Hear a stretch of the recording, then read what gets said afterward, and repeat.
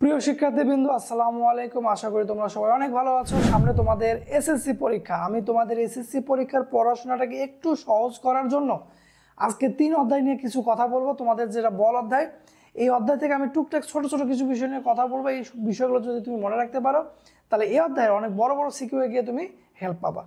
তো আমাদের 3 অধ্যায়, যেটা বল অধ্যায়, এই বল অধ্যায়ে আমাদের মোটামুটি টপিক হচ্ছে মূলত এই 3টাই: সংঘর্ষ, ঘর্ষণ এবং কপিকল। এর মধ্যে কপিকলটা একটু বেশি জ্বালায়, ঘর্ষণটা একটু কম জ্বালায়, আর সংঘর্ষটা সবচেয়ে মজার টপিক। তো আমি মোটামুটি এই 3টা টপিক নিয়ে ডিসকাস করার চেষ্টা করব। তো প্রথমে আমরা সংঘর্ষ নিয়ে একটু কথা বলবো। দেখো, তো আমাদের প্রথম আলোচনার টপিক হলো সংঘর্ষ। সংঘর্ষ কোনটা? ওই যে দুইটা গাড়ি পরস্পর ধাক্কা লাগলো, এই টাইপের যে বিষয়গুলো আছে সেগুলো। তারপর বন্দুক থেকে গুলি ছুটছি, এগুলো। তো সংঘর্ষ দুই প্রকার। একটাকে বলি আমরা স্থিতিস্থাপক সংঘর্ষ, স্থিতিস্থাপক সংঘর্ষ। আরেকটা হলো অস্থিতিস্থাপক সংঘর্ষ। তো স্থিতিস্থাপক সংঘর্ষ আমরা কাকে বলছি? ভরবেগ সংরক্ষিত থাকে, গতিশক্তি সংরক্ষিত থাকে। অস্থিতিস্থাপক সংঘর্ষ কোনটাকে বলছি আমরা? ভরবেগ সংরক্ষিত থাকে, গতিশক্তি সংরক্ষিত থাকে না, এমন সংঘর্ষকে আমরা কি বলে? অস্থিতিস্থাপক বলি। তো খেয়াল করে দেখো, এই ঘটনাতেও মানে স্থিতিস্থাপক আর অস্থিতিস্থাপকের মধ্যে একটা মিল হচ্ছে যে দুই ক্ষেত্রে ভরবেগ সংরক্ষিত থাকবে। আর স্থিতিস্থাপক আর অস্থিতিস্থাপক পৃথক হয়ে গেল মূলত গতিশক্তি দিয়ে। তোমাকে যদি পরীক্ষায় বলে যে সংঘর্ষটা স্থিতিস্থাপক কিনা, আমরা কিন্তু ভরবেগ দিয়ে অ্যান্সার দিতে পারবো না, আমাদেরকে অ্যান্সার দিতে হবে গতিশক্তি দিয়ে। আমরা সংঘর্ষের আগে গতিশক্তি দেখব এবং আমরা সংঘর্ষের পরে গতিশক্তি দেখব। যদি দুই জায়গায় গতিশক্তি সেম থাকে তাহলে আমরা বলবো সংঘর্ষটা স্থিতিস্থাপক। যেমন ধরো, তোমাকে বলা হলো যে এটা একটা গাড়ি যেটা এই ডিরেকশনে চলছে, ভর হচ্ছে 300 কেজি, বেগ হচ্ছে 4 মিটার পার সেকেন্ড। আর একটা গাড়ি যেটা এই ডিরেকশনে চলছে, এর ভর হচ্ছে 400 কেজি, এর বেগ হচ্ছে তোমার ধরো 5 মিটার পার সেকেন্ড। তো এই গাড়িটা যেহেতু এই ডিরেকশনে যাচ্ছে আর এই গাড়ি যেহেতু এই ডিরেকশনে আসছে, এই দুইটার মধ্যে যে কোনো একটাকে আমার নেগেটিভ ধরতে হবে। তো আমি এটাকে নেগেটিভ ধরলাম। এরপরে তোমাকে এখান থেকে কী কী প্রশ্ন দিতে পারে? 1 নম্বর প্রশ্ন, যদি সংঘর্ষের পর গাড়ি দুটি মিলিত হয়ে চলতে থাকে তাহলে মিলিত বেগ কত? তাহলে সংঘর্ষের পরে গাড়ি দুটা মিলিতভাবে চলছে, তার মানে সংঘর্ষের পরে দুজন একসাথে আটকে গেছে, অর্থাৎ যা বেগ হওয়ার দুইজনের একটাই হবে। তাহলে মিলিত বেগ কত? তো যেহেতু এটা একটা সংঘর্ষ, তাহলে অবশ্যই ভরবেগ সংরক্ষিত থাকবে। তাহলে ভরবেগ যে সংরক্ষিত আছে তার মানে হলো সংঘর্ষের আগের ভরবেগ আর সংঘর্ষের পরের ভরবেগ এগুলো সব সময় সেম থাকবে। তো এক্ষেত্রে আমাদের সংঘর্ষের পরে যে বেগ সেটা দুইজনেরই সেম, এই জন্য আমরা v1 v2 জায়গায় শুধু v লিখলাম। অতএব v equal m1 u1 plus m2 u2 by m1 plus m2। কীভাবে করলাম এটা? আমি এখানে v কমন নিয়েছি, তারপরে m1 প্লাস m2কে পাশে ভাগ করে দিয়েছি। এখন আমরা মান বসায় দেব। m1 এর মান হচ্ছে আমাদের 300, u1 এর মান 4, 400, এটার মান হচ্ছে -5। 300 প্লাস 400, 3 4 12 -20, তাহলে -800 হয়ে যাচ্ছে। তাহলে বেগ হচ্ছে -8/7। তাহলে এই মিলিত বেগটার মান যেহেতু নেগেটিভ আসছে, তার মানে এরা মিলিতভাবে এই দিকে চলতে থাকবে, ডান থেকে বামের দিকে চলতে থাকবে। কেননা আমরা নেগেটিভ ধরেছি এই ডিরেকশনটাকে। আচ্ছা, তা আমাকে যদি বলে যে মিলিত বেগ কত, তাহলে আমরা মিলিত বেগ বলবো 8/7। ঠিক আছে, যদি বলে মিলিত হয়ে তারা কোন দিকে যাচ্ছে, তাহলে আমরা বলবো ডান থেকে বামের দিকে যাচ্ছে, বা দ্বিতীয় গাড়ি যেদিকে যায় সেদিকে যাচ্ছে। এরপর এখান থেকে আরেকটা প্রশ্ন দিতে পারে, সেটা হলো সংঘর্ষের পর যদি তারা মিলিতভাবে চলে তাহলে উক্ত সংঘর্ষটি স্থিতিস্থাপক হবে কিনা যাচাই করো। দেখো, স্থিতিস্থাপক হবে কিনা এটা যাচাই করতে হলে আমাকে সংঘর্ষটা হওয়ার আগের মোট গতিশক্তি বের করতে হবে এবং সংঘর্ষটা হওয়ার পরে মোট গতিশক্তি বের করতে হবে। যদি আমরা দুইটা সেম পাই তাহলে বলবো যে হ্যাঁ সংঘর্ষটা স্থিতিস্থাপক, আর যদি সেম না পাই তাহলে আমরা বলবো যে সংঘর্ষ স্থিতিস্থাপক নয়। আচ্ছা, তাহলে আমরা প্রথমে সংঘর্ষের পূর্বে মোট শক্তি বের করি, মোট গতিশক্তি বের করি। তাহলে মোট গতিশক্তি হচ্ছে half m1 u1 square half m2 u2 square. তাহলে হাফ 300 গুণন 4 স্কোয়ার হাফ 400 গুণন মাইনাস 5 স্কোয়ার। আমরা একটু ক্যালকুলেটর দিয়ে এটার মানটা বের করে নেব, 7400 জুল। সংঘর্ষের পর মোট গতিশক্তি, সংঘর্ষের পরে আমাদের দুইটা গাড়িরই বেগ হচ্ছে ভি, এই জন্য আমরা দুই জায়গাতে বেগ ভি রেখেছি। তাহলে হাফ m1 মানে হচ্ছে 300, ভি মানে হচ্ছে -8/7 ছিল। দেখি এটার মান কত আসে, 457.14। দেখো সংঘর্ষের আগের মোট শক্তি ছিল দুইটা গাড়ির এত মোট গতিশক্তি, আর সংঘর্ষের পরে দুই গাড়ির গতিশক্তি হলো এত। তাহলে এই সংঘর্ষটা স্থিতিস্থাপক হবে না। তাহলে আমরা লিখব যেহেতু E1 not equal to E2, অতএব সংঘর্ষটি স্থিতিস্থাপক নয়। Answer clear? আচ্ছা, এখান থেকে এই প্রশ্নটা আরেকভাবে আসতে পারে। সেটা কিভাবে আসতে পারে দেখো, সংঘর্ষের পর কোন গাড়িটি বেশি ক্ষতিগ্রস্ত হবে। তো কোন গাড়িটা বেশি ক্ষতিগ্রস্ত হবে এটা অনেকজন অনেকভাবে বের করে।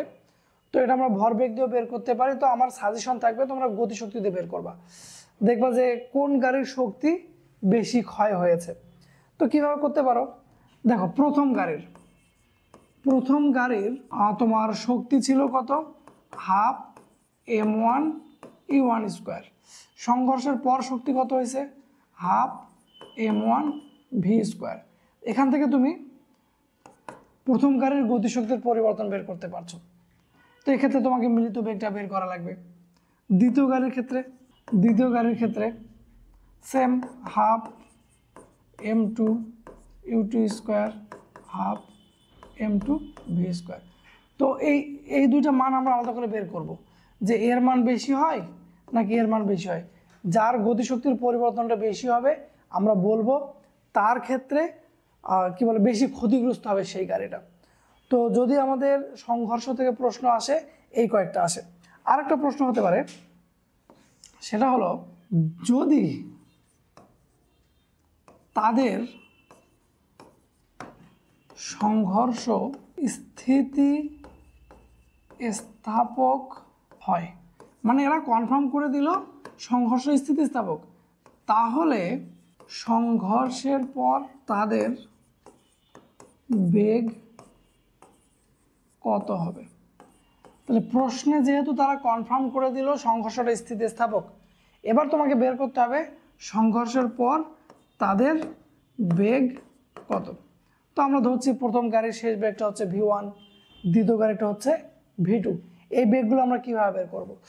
তো এটা শুধুমাত্র স্থিতিস্থাপক সংঘর্ষের বেলায় প্রযোজ্য।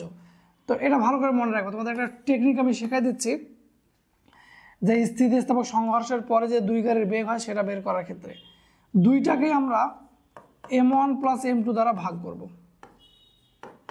m1 প্লাস m2 দ্বারা ভাগ করব। যখন আমি v1 বের করব তখন লিখব m1 মাইনাস m2 সাথে e1, যেহেতু v1 বের করছি m1কে আগে রাখলাম সাথে e1। যখন v2 বের করব m2 মাইনাস m1 সাথে হচ্ছে u2। তো v1 বের করার সময় প্রথমে m1 সাথে e1, আর এ পাশে থাকবে 2 m2 u2, আর v2 বের করার সময় থাকবে 2 m1 u1। তাহলে এই যে তোমাকে প্রশ্নে দেখো m1 m2 u1 u2 সবগুলোর মান দেওয়া আছে। সো এই দুই সূত্র তুমি সরাসরি ব্যবহার করতে পারবা কোনো সমস্যা ছাড়া। এবার আমরা কথা বলবো ঘর্ষণ টপিকটা নিয়ে। ঘর্ষণ, এই ঘর্ষণ বল সবসময় বস্তুর গতি সৃষ্টিতে বাধা দেয়। তো ঘর্ষণ দুই প্রকার, একটাকে বলা হয় স্থিতি ঘর্ষণ, আরেকটা হচ্ছে গতীয় ঘর্ষণ বল।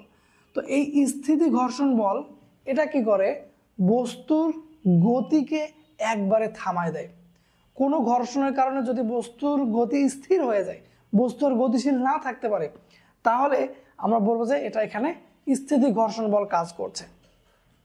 আর গতীয় ঘর্ষণ বল, এই নামটা শুনে অনেকে মনে করে যে ঘর্ষণ বল বস্তুর গতি সৃষ্টি করে, ব্যাপারটা কিন্তু ওরকম না। গতীয় ঘর্ষণ বল হচ্ছে যে ঘর্ষণ বস্তু রানিং অবস্থায় ফিল করে। ধরো একটা রাস্তায় ঘর্ষণ বল এত বেশি যে তুমি কোনো একটা বস্তুকে টেনে নিয়ে যাইতে পারছো না, দ্যাট মিনস ওখানে স্থিতি ঘর্ষণ বল কার্যকর। এখন ধরো রাস্তায় খুব বেশি ঘর্ষণ নাই, তুমি বস্তুকে নিয়ে যেতে পারছো, কিন্তু তুমি যখন বস্তুটাকে নিয়ে যাচ্ছ তখন রাস্তা একটু একটু করে তোমাকে বাধা দিয়ে তোমার গতিটা স্লো করার চেষ্টা করছে। তাহলে এই ধরনের গতিকে বলা হবে গতীয় ঘর্ষণ বল। তাহলে স্থিতি ঘর্ষণ বল বস্তুকে একবারে থামায় দেয়, গতীয় ঘর্ষণ বল বস্তুর গতিটাকে থামায় দিতে পারে না, মানে একবারে থামায় দিতে পারে না, বস্তুর গতিটা স্লো করে দেয়। তার মানে এটা হচ্ছে গতিশীল অবস্থায় কার্যকর থাকে এই বাধাটা। এরপর আমরা একটা ছোট জিনিস পড়বো, সেটা হলো ঘর্ষণ গুণাঙ্ক। এই ঘর্ষণ গুণাঙ্ক মানে মনে রাখবা কোনো একটা জায়গা কতটুকু পিচ্ছিল বা পিছলা বলি আমরা, সেটা নির্দেশ করে। ঘর্ষণ গুণাঙ্ক কোনো একটা জায়গা কতটুকু পিছলা বা পিচ্ছিল সেটা নির্দেশ করে। এটাকে মিউ দ্বারা প্রকাশ করা হয়। তো এই ঘর্ষণ গুণাঙ্কের মান যত কম থাকবে, তোমাকে মাথায় রাখতে হবে ওই জায়গাটায় তত পিছলা। ঘর্ষণ গুণাঙ্কের মান যত কম ওই জায়গাটা তত পিছলা, অর্থাৎ এখানে ঘর্ষণ কাজ করে না। তাহলে ঘর্ষণ গুণাঙ্কের মান যত কম সেই জায়গায় ঘর্ষণের মানও তত কম। তাহলে ঘর্ষণ গুণাঙ্ক বলতে কি বোঝায়? ঘর্ষণ গুণাঙ্ক বলতে মূলত কোনো একটা জায়গায় কতটুকু পিছলা সেটার একটা পরিমাপ দেয়ছে। তো ঘর্ষণ গুণাঙ্ক আমরা কীভাবে বের করি? ঘর্ষণ গুণাঙ্ক আমরা শর্টকাটে যদি বের করতে চাই সেক্ষেত্রে আমরা ঘর্ষণ বল ভাগ প্রতিক্রিয়া বল, রাস্তার যে প্রতিক্রিয়া সেই প্রতিক্রিয়া বল আমরা দিব। তাহলে ঘর্ষণ বল আর প্রতিক্রিয়া বল এই দুটোর অনুপাতকে আমরা বলবো ঘর্ষণ গুণাঙ্ক। দেখো এই ঘর্ষণ গুণাঙ্ক আবার সেম দুই প্রকার, একটা হলো স্থিতি ঘর্ষণ গুণাঙ্ক, স্থিতি ঘর্ষণ গুণাঙ্ক, এটাকে আমরা প্রকাশ করি মিউ এস দ্বারা। আরেকটা হচ্ছে গতীয় ঘর্ষণ গুণাঙ্ক, এটাকে প্রকাশ করি আমরা মিউ কে দ্বারা। এখন বিভিন্ন ক্ষেত্রে এই ঘর্ষণ গুণাঙ্কটা বিভিন্নভাবে আমাদেরকে বের করার প্রয়োজন পড়তে পারে। তো আমরা বেশি ডিটেলসে যাব না, আমরা একটা ছোট ম্যাথ করবো এই টপিকের উপরে। তোমাকে বলা হলো যে 50 কেজি ভরের কোনো বস্তুকে 700 নিউটনের আনুভূমিক বল দ্বারা টানা হচ্ছে। 1 নম্বর প্রশ্ন তোমাকে দেবে, বা এখানে তোমার আরও দুটো তথ্য অ্যাড করতে পারে যে মিউ এস হচ্ছে 0.5, মিউ কে হচ্ছে 0.1, বা পরীক্ষায় মিউ এস মিউ কে কিছু না দিয়ে শুধু মিউ এর মান দেবে। যদি কখনো শুধু মিউ এর মান দেয় সেক্ষেত্রে আমাদের স্থিতি গতি এসব নিয়ে ভাবার কোনো প্রয়োজন পড়বে না। তো ধরো দুইটা আলাদা করে দেওয়া আছে। 1 নম্বর প্রশ্ন হলো রাস্তার স্থিতি ও গতীয় ঘর্ষণ বলের মান কত? তাহলে স্থিতি আর গতীয় ঘর্ষণ বলের মান বের করতে বলছে, আমাকে দিয়ে রাখছে মিউ এর মান। তাহলে মিউ সমান কি? মিউ সমান হচ্ছে ঘর্ষণ বল বাই প্রতিক্রিয়া বল। তাহলে আমরা যদি ঘর্ষণ বল বের করতে চাই তাহলে মিউ এর সাথে প্রতিক্রিয়া বল গুণ করতে হবে। ওকে ফাইন, বের করছি আমরা। এখন রাস্তার স্থিতি গতীয় ঘর্ষণ বল, তাহলে আমি যখন স্থিতি ঘর্ষণ বল বের করব তাহলে মিউ এর জায়গায় আমি ব্যবহার করব মিউ এস। প্রতিক্রিয়া বল, দেখো এই প্রশ্নটা কি ছিল যে একটা গাড়ি আছে, গাড়িটাকে তুমি এভাবে টানছো, তাহলে তুমি তো এইদিকে টানছো 700 নিউটন বল দ্বারা, এটা তোমার ব্যক্তিগত বিষয়। আর এখানে এই গাড়িটার একটা ওজন কাজ করছে নিচের দিকে, আর যেহেতু এই দিকে একটা বল কাজ করছে তাহলে রাস্তাও কি করবে? একটা সমান তাহলে এম জি এই দিক কাজ করছে, তাহলে সমান একটা প্রতিক্রিয়া বল আমরা পেয়ে যাব। তাহলে প্রতিক্রিয়া বল ক্রিয়া প্রতিক্রিয়া তো সমান হয়, তাহলে প্রতিক্রিয়া বলের পজিশনে আমরা লিখব মিউ এস এম জি। তাহলে এই ঘটনার ক্ষেত্রে আর রাস্তার উপর ক্রিয়া বল হচ্ছে এম জি, প্রতিক্রিয়া বল হচ্ছে আর, ক্রিয়া প্রতিক্রিয়া যেহেতু সমান হয় তাহলে আর এর জায়গায় আমরা লিখতে পারি এম জি। তাহলে মিউ এস এর মান প্রশ্নে আমরা দিয়েছি 0.5, এম এর মান ছিল 50 কেজি, জি এর মান হচ্ছে 9.8। এই পরিমাণ বল হচ্ছে তোমার স্থিতি ঘর্ষণ বল। যদি বলে গতীয় ঘর্ষণ বল তাহলে সব কিছু সেম সেম, শুধু মিউকে এখানে আসবে, প্রতিক্রিয়া বলের জায়গায় প্রতিক্রিয়া বল 0.1 50, তাহলে এত নিউটন। এখান থেকে তোমাকে আরেকটা প্রশ্ন দিতে পারে, সেটা হলো যে ন্যূনতম কত বল দিলে বস্তুটি চলার উপক্রম হবে। ন্যূনতম কত বল দিলে বস্তুটা চলার উপক্রম হবে। চলার উপক্রম হবে মানে চলার জন্য রেডি হবে, বাট চলছে না, কিন্তু সে চলার জন্য রেডি হবে। তো বিষয় হচ্ছে আমাদের বস্তুকে আটকায় রেখেছে কে? আমাদের বস্তুকে আটকায় রেখেছে এই বেয়াদব স্থিতি ঘর্ষণ বল। তো আমি যদি স্থিতি ঘর্ষণ বলটা নষ্ট করতে পারি তাহলে কি হবে? তাহলে দেখা যাবে যে আমাদের বস্তু চলার জন্য রেডি। তাহলে আমাকে যদি বলে যে ন্যূনতম কত বল দিলে বস্তু চলার উপক্রম হবে, তাহলে আমরা বলবো যে স্থিতি ঘর্ষণ বল বস্তুকে আটকায় রেখেছে, সো স্থিতি ঘর্ষণের সমপরিমাণ বল দিলে বস্তু চলার উপক্রম হবে। এখন আমরা আরেকটা টপিক নিয়ে কথা বলবো, সেটা হচ্ছে কপিকল। কপিকল থেকে দুইটা প্রশ্ন হয়, একটা হলো কপিকলের ত্বরণ জিজ্ঞাসা করে, আর কপিকলে যে একটা সুতা দিয়ে বাঁধা থাকে সেটার সুতা বা দড়ির টান জিজ্ঞেস করে। দেখো কপিকল জিনিসটা কি? কপিকল হচ্ছে, ধরো এখানে একটা বস্তু আছে, এই বস্তুটাকে আমার উপরে ওঠানো দরকার। এক্ষেত্রে অনেক সময় কী করা হয়, একটা দড়ি দিয়ে বেঁধে এভাবে এক পাশে টানা হয়, এক পাশে টানতে থাকে মানুষজন, আর এই বস্তুটা আস্তে আস্তে উপরে উঠতে থাকে। এমন জিনিসকে আমরা বলি কপিকল, অথবা ইংলিশে বলা হয় পুলি। এখন এই কপিকলের ত্বরণ বা এগুলো আমরা কীভাবে বের করব? তো দেখো কপিকলের ত্বরণ বের করার জন্য এই সূত্রটা ব্যবহার করবা, সেটা হলো নিট বল বাই মোট ভর, অথবা আরও সহজ করে যদি বলি কার্যকরী বল, যে কতটুক বল কার্যকর আছে, ভাগ মোট ভর। আরেকটা হচ্ছে যে সুতার টান বা দড়ির টান। এই টান বের করার ক্ষেত্রে আমরা দেখব কোন বস্তুটা উপরের দিকে উঠতেছে। কপিকলে কি করা হয়, এরকম দুই পাশে দুইটা বস্তু বেঁধে দেওয়া হয়, একটা বস্তু নিচের দিক নামে, একটা বস্তু উপরের দিকে ওঠে। তো যে বস্তুটা উপরে উঠছে তার ক্ষেত্রে তুমি এই সূত্র ব্যবহার করবা, M G plus M A. মানে যে বস্তুটা উপরে উঠছে তাকে নিয়ে, তার ভর নিয়ে তুমি এই সূত্র ব্যবহার করলে তুমি কি পেয়ে যাবা? দড়ির টান পেয়ে যাবা। এখন তুমি যদি বলো যে না ভাই, আমি যে বস্তু উপরে উঠছে তাকে নিয়ে চিন্তা করব না, যে নিচে নামছে তাকে নিয়ে করব, যে নিচে নামছে তাকে নিয়ে যদি করো তাহলে এখানে মাইনাস ব্যবহার করে দিবা, তাহলেই হবে। আচ্ছা দেখো একটা এক্সাম্পল দেখো, মনে করো এটা একটা দড়ির, মানে এটা একটা আংটা, এই আংটার এক পাশে একটা বস্তু বেঁধে রেখেছি আমরা, এর ভর হচ্ছে 20 কেজি, আর এই পাশে আমরা একটা বস্তু বেঁধে রেখেছি, এর ভর হচ্ছে 30 কেজি। তো তোমরা জানো যে যদি আমরা দুইটা বস্তুকে একসাথে বেঁধে ছেড়ে দিই তাহলে এর ভর যেহেতু বেশি, এর ওজনটা হবে বেশি, এর ভর কম, এর ওজনটাও হবে কম, যার কারণে এই বস্তুটা নিচে নামবে আর এই বস্তুটা উপরে উঠবে। তো যদি বলে ত্বরণ কত, তাহলে আমরা এভাবে ত্বরণটা বের করব। দেখো M1G এই দিকে টানছে, M2G এই দিকে টানছে, একটা এই দিকে নিয়ে আসতে চাই, ওই এই দিকে নিয়ে যেতে চাই। ব্যাপারটা অনেকটা এরকম যে একটা জিনিসকে দুইজন দুই দিকে টানছে, ধরো এই দিকে হলো M1G আর এই দিকে হলো M2G, তাহলে এই বস্তুটা এই দিক যাবে নাকি এই দিক যাবে? তো যদি এই বলটা বেশি হয় তাহলে এই দিক যাবে, আর যদি এই বলটা বেশি হয় তাহলে এই দিকে আসবে। তো আমরা এখানে আপাতত দেখতে পাচ্ছি যে এটাই বেশি হবে, তাহলে এটা এই দিকে যাবে। তাহলে এখানে কতটুকু বল কার্যকর আছে? আরও সহজ করে বলি, যে ধরো এইদিকে 10 নিউটন বল আর এই দিকে হচ্ছে 2 নিউটন বল, এখানে কতটুকু কার্যকর আছে? অবশ্যই তুমি বলবে 8 নিউটন। ঠিক সেরকমই এইদিকে একটা বল, এইদিকে একটা বল, দুইটা দুই বিপরীত দিকে, এই দিক নামাইতে চাই, এই দিক নামাইতে চাই, তাহলে মোট কার্যকর বল হলো m1g minus m2g by m1 plus m2। তাহলে এখানে যদি আমরা এখন মানগুলো বসাই দিই, m1 এর মান দেওয়া আছে, g এর মান 9.8, m1 m2 সবই দেওয়া আছে, তাহলে আমি ত্বরণ পেয়ে যাব।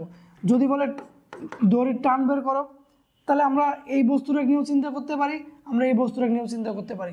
এই বস্তুটা যেহেতু উপরে উঠছে, একে নিয়ে যদি আমরা চিন্তা করি তাহলে এইভাবে লিখতে হবে m2g প্লাস m2a, তাহলে আমরা টান পেয়ে যাব। আর কেউ যদি বলে যে না ভাই আমি এই বস্তুটা নিয়ে চিন্তা করব, তাহলে সে টান বের করবে এভাবে m1g মাইনাস m1a, সে তখন মাইনাস ব্যবহার করবে। তো এটা সূত্র হোক আর এটা সূত্র হোক, তোমার দুই ক্ষেত্রে টি এর মান সেমই বের হবে। আচ্ছা, আমরা আর একটা এক্সপেরিমেন্ট দেখব। ধরো এরকম ক্ষেত্র আছে, এটা হচ্ছে 30 কেজি, এটা হচ্ছে 20 কেজি, দড়ি দিয়ে বেঁধে দিলাম। তোমাকে বলা হলো যে ত্বরণ বের করো। ত্বরণটা কীভাবে বের করব? আমরা দেখি এখানে কার্যকর বল বের করতে হবে। এর ওজন কাজ করছে এই দিকে, এর ওজন কাজ করছে এই দিকে। এর যেটা ওজন, সে বস্তুটাকে নিচের দিকে নিয়ে যেতে চাই, এর ওজনটা এখানে কাজ করতেছে, কিন্তু এটা একটা টেবিল যদি ধরি আমরা, টেবিলের উপর বস্তুটা থাকার কারণে টেবিলের তল একটা প্রতিক্রিয়া বল দিবে, তাহলে এমজি আর প্রতিক্রিয়া বল নষ্ট হয়ে যাবে। তাহলে এখানে এই দুটো বল নষ্ট হয়ে গেল, থাকলো শুধু এই বলটা। তাহলে এখানে মোট কার্যকরী বল হচ্ছে m1g, আর মোট ভর m1 প্লাস m2। তো এখন তুমি মান বসায় দাও, তুমি ত্বরণ পেয়ে যাবা। যদি টি বের করতে চাও, তাহলে এখানে তো উপরে ওঠা কোনো বস্তু নাই, নিচে নামা বস্তু আছে, তাহলে এই সূত্র ব্যবহার করো m1g মাইনাস m1। আরেকটা করি আমরা। ধরো এরকম দেওয়া আছে যে এখানে একটা বস্তু, এটা হলো m1, এখানে একটা বস্তু, এখানে একটা বস্তু, এটা হলো m2, ধরো 20 কেজি, এটা হচ্ছে m3 10 কেজি, তিনটা এভাবে কানেক্ট করা। এখন কি ঘটনা ঘটবে? তো কি ঘটনা ঘটবে, কে নিচে নামবে, কে উপরে উঠবে, কে আর কি হবে, এগুলো আমরা এদের বলের মাধ্যমে চিন্তা করব। দেখো এ 30 কেজি, এ 10 কেজি, তাহলে এর ওজন কাজ করবে এইদিকে, এর ওজন কাজ করবে এইদিকে, এর ওজন কাজ করবে এইদিকে। তো মজার বিষয় হচ্ছে এর ওজন একটা প্রতিক্রিয়া বল পাবে, কারণ এই বস্তুটা একটা টেবিলের উপরের পৃষ্ঠে আছে, তাহলে এই বস্তুটা এর যে ওজন এইদিকে ক্রিয়া করবে, সে একটা বিপরীত প্রতিক্রিয়া পাবে, যার কারণে এই বলটা নষ্ট হয়ে যাবে। এখন ত্বরণ বের করবো আমরা। ত্বরণ বের করতে কী কী লাগে? ত্বরণ বের করতে লাগে মোট কার্যকরী বল। তো এই বলটা তো নষ্ট হয়ে গেল, তাহলে থাকলো কি? এখন আমাদের থাকছে এটা বল আর এটা বল। তো এই দিক নিয়ে আসার চেষ্টা করছে, যে পুরো সবগুলোকে এই দিক নিয়ে আসবে, আর চেষ্টা করছে সবগুলোকে এই দিক নিয়ে যাইতে। তাহলে এই দুটো বিপরীতমুখী হয়ে গেল। তাহলে দুইটা বিপরীতমুখী হইলে কার্যকর হয় দুইটার বিয়োগফল m3g, আর নিচে মোট ভর m1, কারণ যাবে তো সবাই মিলে। তাহলে এখানে মোট কার্যকরী বল থাকছে উপরের টুকু, আর মোট ভর হচ্ছে এতটুকু। এখন যদি আমরা দড়ির টান বের করতে চাই, এখানে টান অবশ্য দুইটা বের হবে, এখানে এক প্রকার টান বের হবে, এখানে আরেক প্রকার টান বের হবে, কারণ দুইটা দড়ি, এখানে একটা দড়ি এই বস্তুর সাথে এই বস্তু বাঁধা, একটা দড়ি এই বস্তুর সাথে এই বস্তু বাঁধা। এই বস্তুটা উপরে উঠছে, যার কারণে এখানে যদি আমরা এটাকে T1 বলি, তাহলে T1 বের করতে হলে উপরে ওঠার কনসেপ্ট দিয়ে বের করতে হবে। m3 বস্তুর উপরে উঠছে, তাহলে এই সূত্র দিয়ে বের করতে হবে। আর যদি আমরা এই টানটা বের করতে চাই, এই বস্তুটা নিচে নামছে, তাহলে নিচে নামার কনসেপ্ট দিয়ে আমাকে এটা বের করতে হবে। ওকে, তাহলে এটা দিয়ে ত্বরণ বের হলো, এটা দিয়ে আমার টান বের হলো। আরেকটা অঙ্ক দেখো, এবারের অঙ্কটা খেয়াল করে দেখো, আমরা আগের প্রশ্নটাই রেখেছি, শুধুমাত্র ঘর্ষণ গুণাঙ্ক দিয়ে রেখেছি। যেহেতু এখানে ঘর্ষণ গুণাঙ্ক দেওয়া আছে, দ্যাট মিন্স এই তলের উপরে এবার ঘর্ষণ আছে। তাহলে আমাদের ত্বরণ বের করব। ত্বরণ বের করার জন্য দরকার কার্যকরী বল। তাহলে আমরা কতগুলো বল আছে সেগুলো আইডেন্টিফাই করি।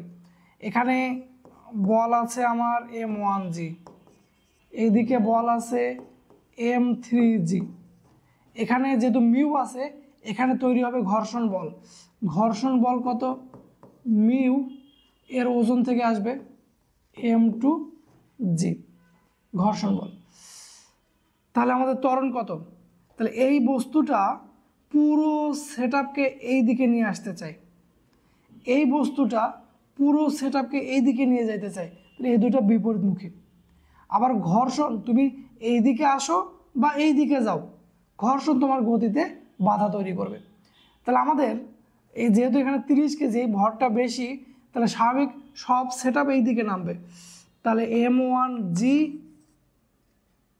ফ্রেশ করে লিখি, ফ্রেশ করে লিখি, m1g মাইনাস ঘর্ষণ বল minus m3g by m1 plus m2 plus m3। তাহলে এবার এক্সট্রা করে কি হলো, এই যে ঘর্ষণ যেটা ছিল সেটা মাইনাস হয়ে গেল। এখন যদি টান বের করতে চাই, টান তো দুইটা, একটা বস্তু উপরে উঠছে, একটা বস্তু নিচে নামছে। তো যদি উপরে ওঠারটাকে নাও, তাহলে আগের মতোই m3g প্লাস m3a, তাহলে এটা দিয়ে তোমার টান বের হচ্ছে, এটা দিয়ে তোমার ত্বরণ বের হচ্ছে। তুমি যদি আবার এইদিকে টান বের করতে চাও, তাহলে আবার সেম কাহিনি, এই বস্তুটা যেহেতু নিচে নামছে, তাহলে নিচে নামার কনসেপ্ট দিয়ে তোমরা ব্যবহার করবা। তো আমি যে কয়টা টপিক নিয়ে আলোচনা করলাম, মোটামুটি এই টপিকগুলো যদি তোমার ক্লিয়ার থাকে, তাহলে এই অধ্যায়ের 99% সিকিউ ক্লিয়ার হয়ে যায়। তো আজকে এ পর্যন্তই, ধন্যবাদ সবাইকে, আসসালাম।